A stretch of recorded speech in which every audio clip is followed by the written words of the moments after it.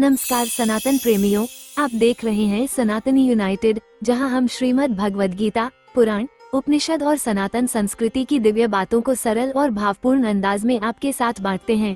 आज हम प्रस्तुत कर रहे हैं अध्याय 5, एक नई झलक आध्यात्मिक ज्ञान की ओर। चलिए आरंभ करते हैं एक और पावन यात्रा श्री कृष्ण की वाणी के साथ। अर्जुन बोले, हे कृष्ण, आप कभी कर्मों के त्याग की प्रशंसा करते हैं तो कभी कर्मयोग की। इन दोनों में से जो श्रेष्ठ है वो निश्चित रूप से मुझे बताइए। श्री कृष्ण बोले, संन्यास और कर्मयोग दोनों कल्याणकारक हैं, परंतु कर्मयोग श्रेष्ठ है। जो न फल से घृणा करता है न उसकी इच्छा रखता है, वही सच्चा सन्यासी है। ऐसा व्यक्ति द्वंद्वों से मुक्त होकर बंधन से छूट जाता है। अज्ञानी ही ज्ञानयोग और कर्मयोग को अलग मानते हैं। जो एक को पूर्णता से अपनाता है वो दोनों के फल पाता है। ज्ञानियों द्वारा प्राप्त स्थान कर्मयोगियों को भी मिलता है। जो इन्हें एक ही सत्य मानता है वही सही देखता है। जो योगयुक्त, शुद्ध चित्त और इंद्रियों को वश में कर चुका है वो सब में आत्मा देखकर भी लिप्त नहीं होता। वो समझता है मैं कुछ नहीं करता। देखना, सुनना, स्पर्श करना इंद्रियों का स्वभाव है। जो कर्म ब्रह्म को अर्पण कर आसक्ति त्याग देता है वो पाप से अलिप्त रहता है, जैसे कमल पत्ता जल से। योगी आत्मशुद्धि के लिए कर्म करते हैं। फल की आसक्ति बंधन का कारण है। शरीर रूपी नगर में रहकर भी जो मन से सब कर्मों का त्याग कर देता है वो सुखी व नियंत्रित रहता है।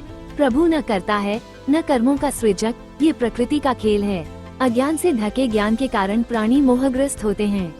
जिनका अज्ञान ज्ञानाग्नि से नष्ट हो गया, उनके लिए ज्ञान सूर्य की तरह परमात्मा को प्रकाशित करता है। पंडित वही है जो ब्राह्मण, गाय, हाथी, कुत्ते और चांडाल में समान भाव रखता है। जो काम क्रोध से मुक्त है वो अंतर्मुखी होकर आत्म सुख पाता है। ऐसा योगी शरीर छूटने से पहले ही विकारों को जीत लेता है। वो जानता है मैं सब यज्ञों का भोक्ता, सभी का हितैषी हूँ। इससे वो शाश्वत शांति पाता है। सार, कर्म करो पर फल की आसक्ति छोड़ो, इंद्रियों को वश में रखो, हर प्राणी में आत्मदर्शन करो और सब कुछ भगवान को अर्पित करो। योगी युक्त होकर कर्म करने वाला पाप से नहीं लिप्त होता। श्लोक 10। यदि आपको यह अध्याय ज्ञानवर्धक और प्रेरणादायक लगा हो तो कृपया वीडियो को लाइक करें, अपने विचार कमेंट करें और ऐसे ही दिव्य आध्यात्मिक ज्ञान के लिए चैनल सनातन यूनाइटेड को सब्सक्राइब करें। अगले वीडियो में हम प्रवेश करेंगे अध्याय 6 में, जो हमें ध्यान योग यानी मेडिटेशन के मार्ग पर ले जाएगा। नई चेतना, शांति और स्वयं के साक्षात्कार की ओर यह अध्याय एक अनमोल संकेत बनकर आएगा। तो जुड़े रहिए सनातन यूनाइटेड के साथ। जय श्री कृष्ण।